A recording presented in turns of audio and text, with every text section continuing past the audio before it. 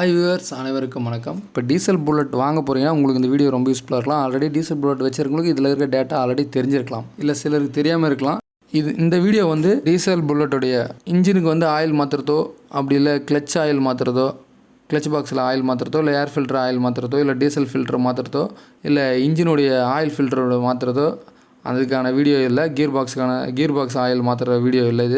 இது எதுக்கு எவ்வளோ கெப்பாசிட்டி கொள்ளளவு இருக்குது, எவ்வளோ இப்போ இன்ஜினுக்கு எத்தனை லிட்டர் ஊற்றணும், ப்ளஸ் என்ன கிரேடு, அந்த மாதிரி வந்து அதனுடைய கெப்பாசிட்டி ப்ளஸ் அந்த டேட்டா மட்டும்தான் இந்த வீடியோவில் சொல்ல போகிறேன். ப்ளஸ் வந்து ஒரு சின்ன 2-3 டிப்ஸ் மட்டும் கொஞ்சம் எக்ஸ்ட்ரா வரும். இது மிச்சம் எல்லா வீடியோமே நான் போட்டிருக்கேன் ஆல்ரெடி. வீடியோவில் எப்படி ஆயில் மாற்றணும், என்ன பண்ணணும், எப்படி எதுக்கப்புறம் எதை மாற்றணும், அந்த ப்ரொசீஜர்லாம் தனி வீடியோ இருக்குது, நிறைய போட்டிருக்கேன். அதுக்கான லிங்க் வேணால் நான் டிஸ்கிரிப்ஷனில் தரேன், அதை பார்த்து தெரிஞ்சுக்கோங்க. இப்போ வந்து இதுக்கான டேட்டா மட்டும் சொல்கிறேன். இன்ஜினுக்கு ஆயில், இப்போ அதுக்கு முன்னே இந்த ஒரு விஷயம் மட்டும் சொல்லிடுறேன். இந்த இப்போ என் கையில் இருக்கிறது பார்த்திங்கன்னா, இதுதான் வந்து இன்ஜினில் இருக்கிற ஆயில் ஃபில்ட்ரு. இந்த ஆயில் ஃபில்ட்ரு வந்து 5000 கிலோமீட்டருக்கு ஒரு டைம் வந்து மாற்றுற மாதிரி இருக்கும். ஆனால் 2500 கிலோமீட்டருக்கு ஒரு டைம் நம்ம இன்ஜின் ஆயில் மாற்றும் போது இதை வந்து நம்ம வாஷ் பண்ணி டீசலில் நல்லா வாஷ் பண்ணிவிட்டு போட்டிங்கன்னா பர்ஃபார்மன்ஸ் நல்லாயிருக்கும். இதை மட்டும் நான் மற்ற வீடியோவில் சொல்லியிருக்க மாட்டேன், அதை மட்டும் இதில் சொல்லிக்கிறேன்.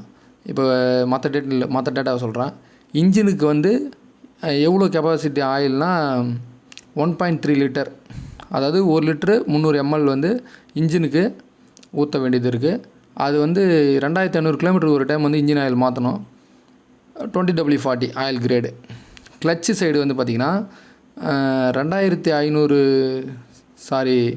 5000 கிலோமீட்டருக்கு ஒரு டைம் ஆயில் மாற்றுற மாதிரி வரும். 450 ml இல்லை 1/2 லிட்ரு ஊற்றுற மாதிரி இருக்கும். 450 ml போதுமானது தான். இதுக்கும் 20W40 தான். 5000 கிலோமீட்டர் ஒரு டைம் மாற்றினாலும் ஓகே. இல்லை எவ்ரி 2500 கிலோமீட்டருக்கும் சிலர் மாற்றுறாங்க. நான் வந்து 5000 கிலோமீட்டர் ஒரு டைம் மாற்றுறேன். அதுக்கடுத்து பார்த்திங்கன்னா இந்த செயின் டைட்டு வந்து பார்த்திங்கன்னா எவ்ரி 1500 கிலோமீட்டர் ஒரு டைம் செயின் டைட் வைக்கணும்.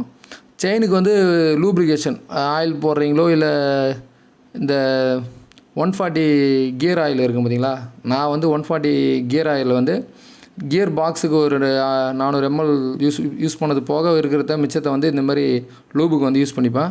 லூப்ரிகேஷனுக்காக ஒரு 500 கிலோமீட்டருக்கு ஒரு டைம் வந்து லூப்ரிகேஷன் வண்டி நல்லா வாஷ் பண்ணிவிட்டு, அந்த மண்ணெலாம் இதுவான பிறகு நல்லா வாஷ் பண்ணிவிட்டு, அப்புறம் வந்து பார்த்திங்கன்னா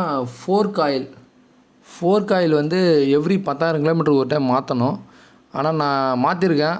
ஆனால் நான் மெக்கானிக்கிட்ட கொடுத்து மாற்றிருக்கேன். இந்த வாட்டி கொஞ்சம் 10,000 கிலோமீட்டர் மேலே தான் ஓடிட்டுருக்கு, மாற்றணும். அதை அடுத்தது அதுக்கு வந்து பார்த்திங்கன்னா ஃபோர்க் ஆயில் வந்து பார்த்திங்கன்னா 10W30 அந்த ஆயில் கிரேடு தான் வந்து நம்ம யூசர் மேனில் கொடுத்துருக்கு. நான் இதுக்கு முன்னே ஒரு டைம் மாற்றிருக்கேன். அவங்க ஆயில் கிரேட் மாற்றினாங்கன்னு தெரியல, சர்வீஸாக விட்டு அவங்களே எல்லாத்தையும் மாற்றி கொடுத்துட்டாங்க. 500 கிலோமீட்டர் ஒரு டைம் வந்து செயினுக்கு ஆயில் போட்டுருவேன்.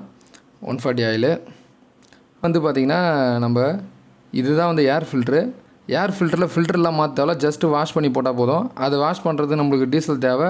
அதே டைம் வந்து இந்த டீசல் ஃபில்டர் க்ளீன் பண்ணும்போது நம்ம அந்த டீசல் கொஞ்சம் எடுத்துக்கலான்றதுக்காக அதையும் பண்ணிவிடுவேன்.